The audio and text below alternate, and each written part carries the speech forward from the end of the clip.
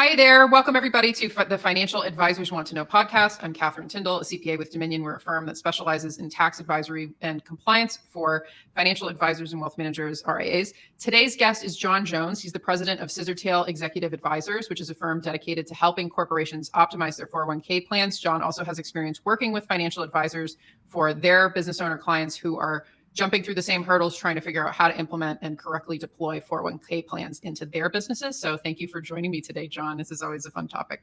Yeah, absolutely. I appreciate you having me on. So we have today's segment. We're going to do a pretty basic overview of what's involved with the general plan, process, systems of getting 401k set up, maybe when it's the right time to start that. I think from the advisor's perspective, something that's probably top of mind is, okay, I have a business owner, they're growing and scaling their business. Maybe early on they didn't have key employees and they're starting to have more key employees. They want to start offering more benefits. Maybe they're doing, SEPs or simple plans or things like that, but really the powerhouse is the 401k. When do you think it's time for them to start thinking about having that conversation with their clients? What have you seen as typical size or use cases where it makes sense to start that conversation for a business owner client?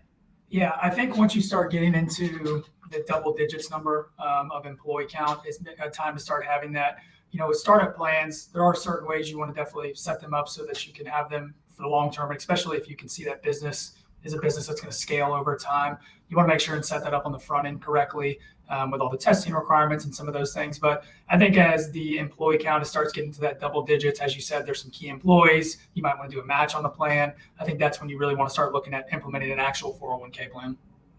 Yeah, because I've seen on our side with some advisors that have done this internally for themselves, they've done it at a much smaller scale, but the amount of frustration with the paperwork and things moving forward and the 550s and all of the regulation that comes in with doing that has been a real challenge for them. So for people where they've decided, okay, it's time for us to do this, it makes sense. Could you talk a little bit about some of the benefits that these businesses see from making that switch, and just when you're weighing the cost benefit analysis of is now the right time, things that they should be thinking about in that conversation? Yeah, I think there are quite a few benefits. I think from the employee standpoint, retention and recruiting are big points, topics. Everyone, especially nowadays in the job market, is looking, how do I retain some of these key employees? How do I recruit? You can do that with a 401k plan, especially if you're going to offer a match on the plan. There are some Secure Act things that are great for cost analysis. I'll let you dive into that a little bit more if you wanted to, with some of the credits that you can do for startup plans, that as well. And really, I think the overall benefit comes from the recruiting and retaining side, as I mentioned. On the actual setting up of the plan, there are some key things when looking at setting up a plan, because as I mentioned a little bit earlier, you want to set it up correctly from the front end so that you're not dealing with testing issues and top heavy issues and all of those from the beginning. So little things like a match and certain key or profit share on the plan can definitely enhance participation in the plan. Having an advisor that does education, those key little areas are big when starting a plan. Yeah. And so for somebody who wants to do this, what are the key professionals that they need to get connected with in order to execute something like this? Yeah, I would say there's a couple. I would look at local TPAs, third-party administrators. There's two ways you can set up a 401k plan. Mainly, you can have it bundled or unbundled. Bundled means that the record keeper is going to do all of the testing compliance work. Unbundled usually means there's a TPA on the plan. I think having a knowledgeable TPA in your corner is huge. I think also just reaching out to the actual record keepers. So all the record keepers have wholesalers, your Fidelities, Empowers, Transamerica. I think picking their brains as well, saying, hey, this is a space I'm looking to get into. Where do I start? What's good prospecting? What's a good size plan? I've assembled a team of plenty of TPAs and record keepers because at the end of the day, sometimes complex plans do pop up, even on startups, that you need to have somebody to piggyback off of or pick their brain on, because at the end of the day, they're seeing these plans day in and day out. So definitely a good TPA and a couple good record keepers in your corner is a big part of it. All right. So that sounds like an offer for if people want another resource here to send you a message. Yeah. So when people do implement these, what are the common things that you see go wrong? Yeah, I think on the implementation process from a startup, it really is making sure that the education is there. Because if not, and you have a bunch of, there's a highly compensated versus non-highly compensated. If you've got a lot of the highly compensated contributing at a high number where the non-highly aren't, you're going to fail every test. There's going to be refunds. People are going to be upset with it. They thought they were saving. Now they've got to claim this on their taxes. I think if you can, as a business owner, having a match on the plan is huge. I mean, if you look at the statistics, employees are going to try to get to what that match is. So as a highly compensated employer, if you're trying to retain and recruit a couple highly compensated. I think having a match on the plan is big. And I think just overall process on the plan, making sure that if you're an advisor getting into the space that you do have somewhat of a process, because there are a lot of things from the initial startup that you have to do and set up, whether you're starting a plan or taking over a plan. But once you've got the process in place, it really can flow with itself. You, of course, got to manage the investments and the fiduciary oversight and all of that. But having a process from the front end is huge.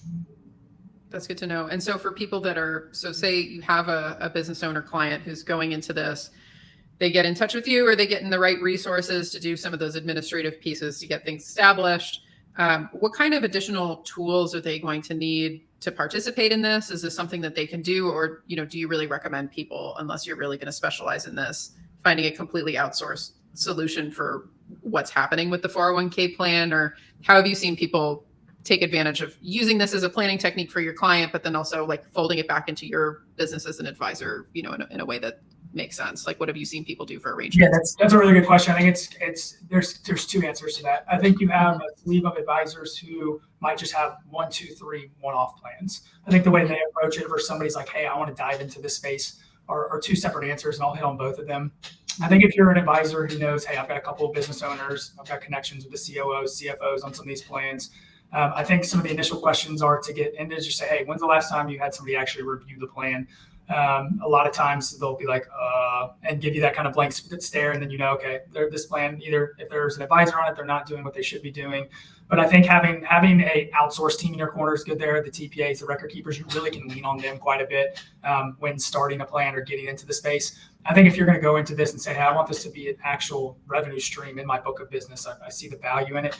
That's when I would start looking at a couple of different systems. You've got tools out there like FI360, RPEG, that are a little bit more advanced. I use RPEG personally. It runs my whole 401k practice, from investment analysis, fiduciary oversight, fiduciary management, education. I mean, you name all the 10 factors you need on the 401k plan, and it runs it for me. So really, it depends how you want to get into this space. I think it's a great space to get into, because what's nice is, as well as, if you're in financial planning, and you write up 2 or 3 401k plans that have 100 employees in them, there's 100 other warm leads that you get to help that they might need needs, whether that's insurance, private wealth, whatever your specialty is, it flows right into it. So it really just depends on how dedicated you want to be to the 401k space, quote unquote. So if somebody's interested in diving into this, where would you say is the best place to start in terms of self-education, picking up the right tools, those sorts of things, if this is an interest for them? Yeah, I think there's a lot of good stuff online. There's a couple different either webinars and I keep going back to this, but the record keepers put out a lot of stuff. I would go to your Fidelities, Empowers. Every region has a wholesaler and say, hey, Catherine, this is something I want to dive into. Can you send me just some initial resources as a new advisor? They have a ton of resources on that. There's a couple big organizations like NAPA. NAPA is a huge one that really focuses on the 401k space. They have a lot of white papers. And then I would also try to find local advisors in your area that do the 401k space. That's how I learned. I stumbled upon, I started my career at Merrill Lynch and got under a guy who had, a couple $100 million in 401k space, and just really picked his brain and dove into it. So there are a lot of good resources out there. That's probably where I would start. Yeah, that's great. So when you see people wanting to approach doing these and, working with clients on them, like, are there other areas that you've seen advisors kind of fall short, or, specifically on the process side? Because I know you said, in a previous answer that, it's all about process. Like, where have you seen things kind of fall apart, or common issues that you encounter, like on the process side of actually executing? Yeah, I think on the process is people do a lot of the work on the front end and don't really do the middle or back end work. And what I mean by that is they'll either take over a plan by broker of record or start a plan. And, the investments that you have in a plan that has 500K versus the investments in a plan that has 2.5, 3 million should be probably a completely different lineup, as well as the fees. Not too many of the record keepers are going to come knocking on your client's door saying, oh, great, you got a fee break. You have to do a lot of that negotiation on your end. And then same thing on the fiduciary side of things. As you know, there's a ton of new regulations. There are new laws that come out. It seems like daily, but with a lot of the Secure Act stuff. But just staying on top of that, I think you do have to be diligent and put some time to it. Where I see a lot of people misalign with their processes, they kind of set it and forget it. When there are some moving parts, there's some things you can put in your process to to help that and outsource and outline some of it. But the process really is the biggest part of this once you get the initial knowledge and gain that.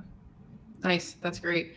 Well, I guess as we're wrapping up the conversation, for people who are looking for more resources or to find out kind of what you work with advisors, could you speak to that a little bit of how you work with people and what the process looks like? Yeah, absolutely. I'm happy to work with advisors on my side. The 401k is all I do. I don't do any private wealth, insurance, planning. So I'm happy to do field work. I'm also happy just to jump on a phone call with any of your listeners and let them pick my brain on what I've learned. Like I said, I've been in the 401k world for 7 years. It feels like 20 with how it's changed.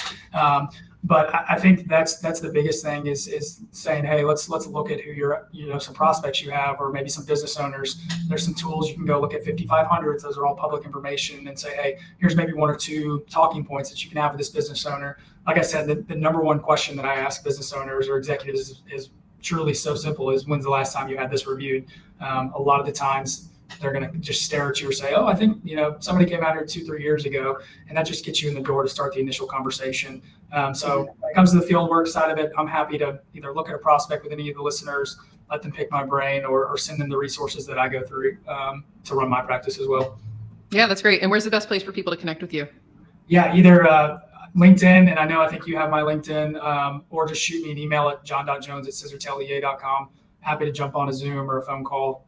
LinkedIn might be a little harder because I've got a very generic first and last name of John Jones, but hopefully you can post that and send that out if anyone's interested as well. There might be some other John Joneses getting some interesting 401k emails. Yeah. No, we'll post wherever this is posted. It'll be nearby. But so this was a really great intro conversation on what people should be thinking about when they're seeing clients kind of transition up into that size where 401k plans become an issue, and how you can take the lead as the advisor with helping get them the right resources to take advantage of that. We didn't even get into, there's a bunch of great tax credits that are out right now for companies that are doing these. So that's definitely a consideration as well, of you being able to be the forefront to bring this as a planning idea to them, and help them deploy some of these plans. Because especially for the business owners, if they're able to participate in these plans too, there can be a lot of tax deferral and tax savings for them by doing that. So it's always a great topic. But thank you so much for coming on the show today, John. I appreciate it. Yeah, I appreciate you, and thank you so much.